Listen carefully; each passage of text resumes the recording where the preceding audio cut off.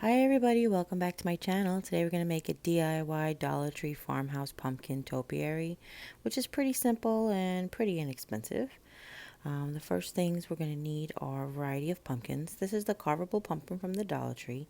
I actually had these two on hand already, but they do sell a variety of foam pumpkins. You're going to need some floral foam, this galvanized bucket or any bucket from the Dollar Tree, this sprig of pumpkins, but we're just going to use the leaves. I took a stick from my yard, but you can always use dowels. This antique white apple barrel paint from Walmart, and this white apple barrel paint from Walmart, and some Spanish moss. And don't ever forget your glue gun. I'm making this so that the pumpkin topiary can come out of the galvanized bucket in case I change my mind someday. But the first thing we're going to do is I wanted to prime the whole thing with white first. So I painted the entire pumpkin white. We're going to take the stem out, but at this point I was using the stem to sort of hold it. And then what we're going to do is we're going to go back over it with the antique white. The two small pumpkins that I had, I didn't get this year. I didn't look to see if they had any this year because I already had them, but I didn't get them this year. But if you can't find them at a Dollar Tree, try Walmart or Michael's or any craft store. But just make sure that they are three different sizes. So the Dollar Tree one, which is this big one, and then the other two. The other two had already come that ivory color.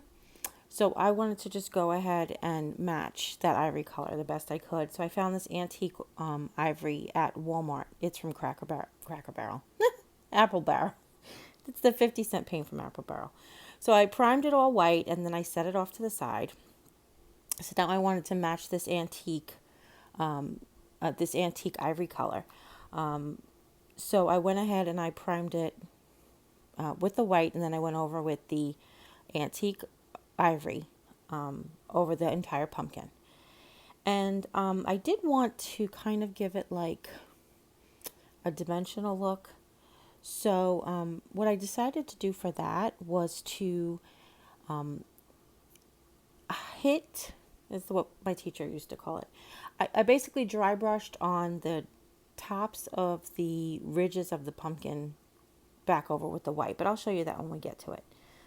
So like I said, I've taken the stem out at this point, and there's a hole there. I've lined up a hole for the top and the bottom. I actually used an old stick from some picks from the Dollar Tree. I save everything because you never know, not everything, but I save a lot of different things that you never know when you're going to need.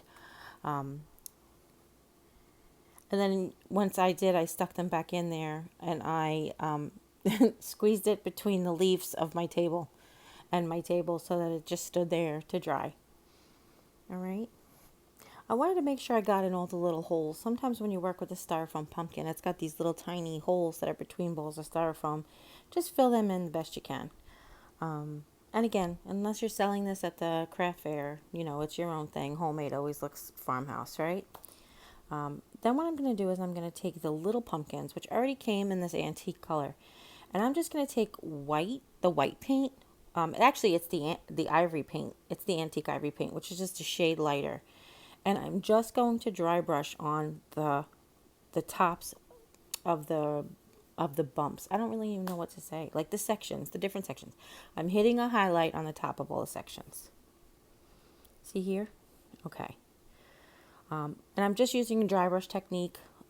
Whatever paint was left over from actually painting the pumpkin, I just went ahead and I hit all of them. So then to match that, I took the white paint and I just dry brush technique, use the same dry brush technique to hit highlights of white on the big pumpkin. So it still had that same look. The two little pumpkins, they match really well in person, but they were just a shade darker. But it just adds to the effect. Okay, and now I'm taking the stem out of the medium pumpkin. I've already taken the stem out of the big one. Now I'm taking the stem out of the medium one. And these ones are styrofoam inside. If you get ones that are plastic, that'll still work as long as you can get the stem out and you can cut holes in the top and the bottom. And another option is a dowel. I've decided that I have a big pile of wood out there and I really wanted this to have a natural branch inside. And I knew, just so you guys know ahead of time, that I knew that the chances of finding a 100% straight stick was not really in the cards. However, I believe, in my opinion, that's what adds to its authenticity, because 100 years ago, when the farmhouse style was in, you wouldn't be using dowels anyway. You'd be using a natural stick. Okay.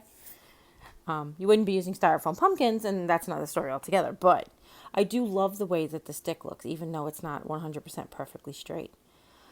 So what I did was I tried to find the straight section. I knew that it had a bend in it, and I'll have to tell you that's really funny that this stick, even though I said I don't need it to be perfect, it looked a lot straighter outside. But what I decided to do is just line up where I wanted my pumpkins to be, to see how much stick had to go into the can and how much stick had to get cut off.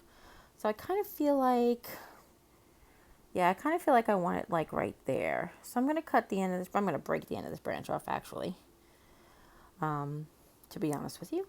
And then I think that might work. So I've taken these foam blocks. Now, these foam blocks aren't the right foam blocks. These are just foam blocks that I had. You should try to use the stiffer dry foam. These foam blocks are actually made for live flower arrangements.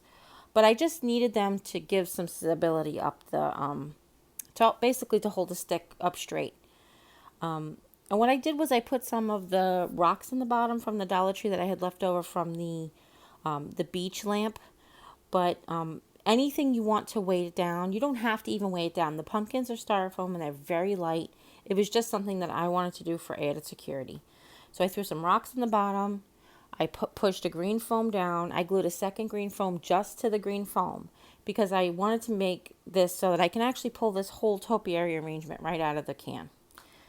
So from the bottom of the stick, I went into the top of the pumpkin, the big pumpkin, excuse me.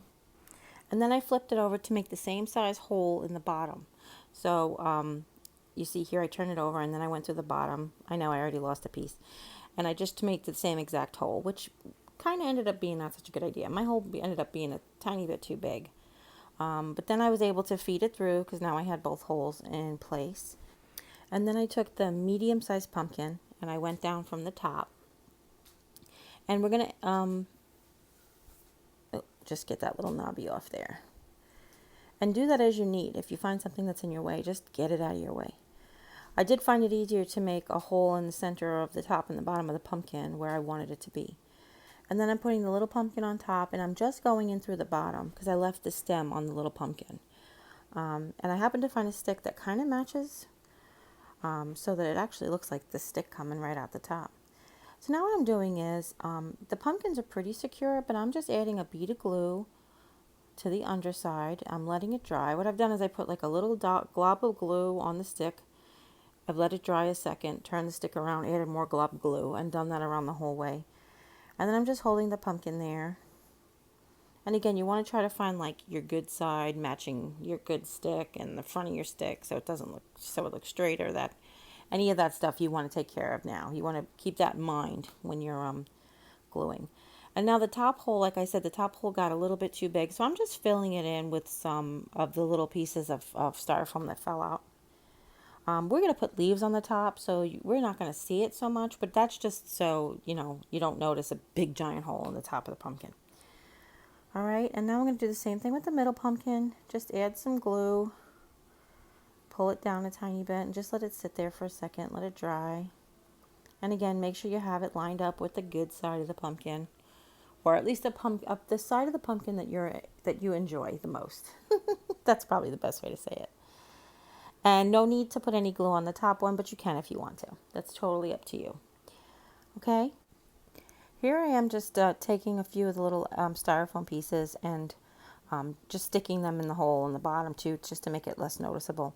But I decided to scrap that. Didn't need to do that. But I wanted to use the pliers because I already got a blister on my finger from the glue gun.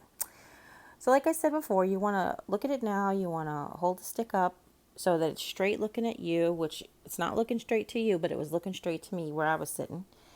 And you want to make sure you turn all of the pumpkins to face you, looking pretty, and then you want to make sure you have the front of the can, or at least not the back of the can, when you go ahead and stick it in the topiary into the topiary into the can.